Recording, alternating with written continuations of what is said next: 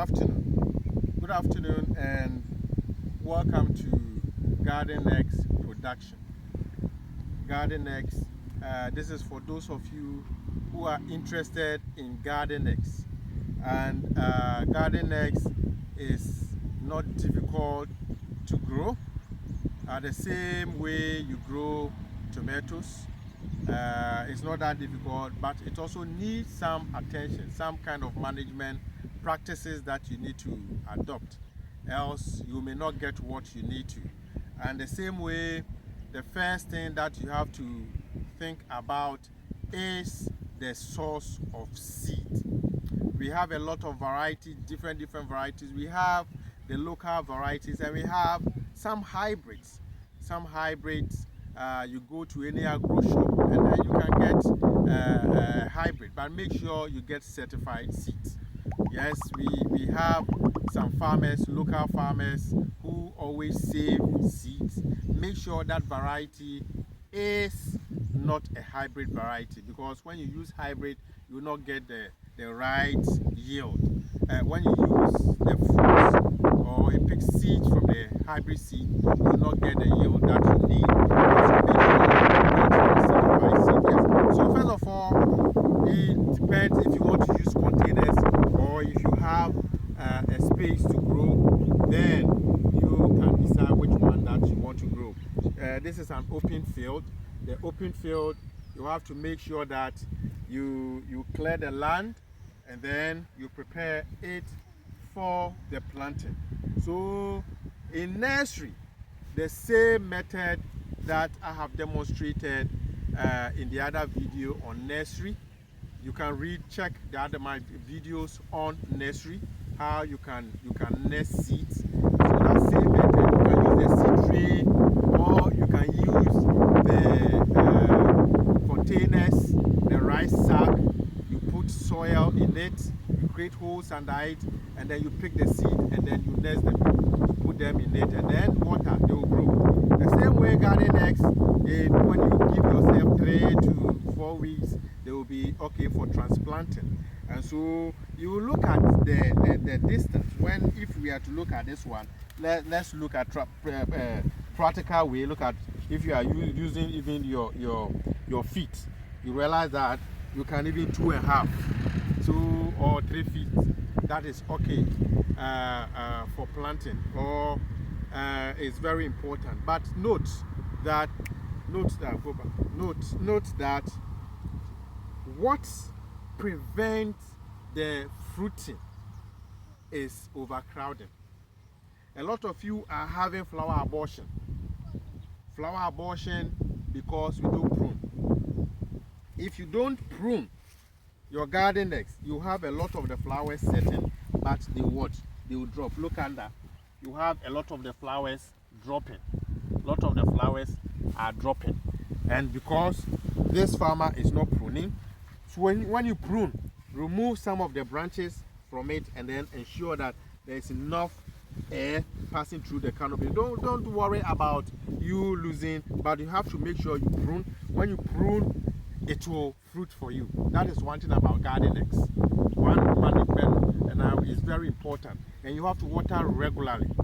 When you water regularly, and then you prune, you are going to get a lot of fruits setting. It's very important. Take note of that. And so there are a lot of challenges that you are also going to experience. We have a lot of insect pests, the caterpillars, and then you have other diseases that are attacking them. But one major disease that is attacking gardeners has to do with the soil-borne pathogen. We call it the southern blight disease, or Sclerotium roughside. I'll be showing you what you see here. You see the whole plant is wilting. Look at this place. You realize that the plants here are looking green, but this particular one, some of them are dying. It tells you that this is a disease, and this particular disease attacks the root. So when you see it this way, when you see the leaves wilting and then you see it this way, there's nothing you can do about it. Immediately you see the leaves wilting, you can't do anything about it. Even if you are asked to spray, it won't recover, because the roots are damaged. Look at the roots. The roots are damaged. The roots are damaged, so there's no way the plant will recover. But because it is a soil-borne pathogen, all the soil around the plant is infected. So if you are to be moving with this particular plant around, the soil will be spreading, and then you are spreading the disease. This, you have to make sure you avoid waterlogging. When you water and then the soil becomes so soggy, it helps it to spread. On this field, because the field is infected, it is advisable not to grow garden eggs, tomato or pepper, because they all belong to the same family and this disease attacks them. And so it is advisable that this farmer, after harvesting, because you can see that a lot of them are dying, you don't grow garden eggs here again. Yes, you can use, when you are transplanting, if you are not going organic, you can dip your seedling in a copper-based fungicide solution. You will dip your seedling before transplanting. The sulfur is organic. You can also dip it in a sulfur, prepare the solution, and then your seedling, you dip it in it before transplanting. And then from time to time, you also spray the sulfur, spray it under at the base. Just spray it because it is a soil-borne pathogen. So this is one the major disease of garden eggs, and then the same disease attacks tomato. So please take note, and then it attacks pepper. So if you are growing pepper, tomatoes, garden eggs, you are likely to experience this disease if you have the disease, the pathogen in your soil. So what I want to tell you is that avoid buying seedlings from outside if you are not sure of the source of the planting the media that was used. So don't buy seedlings. Don't easily go and pick somebody's seedling.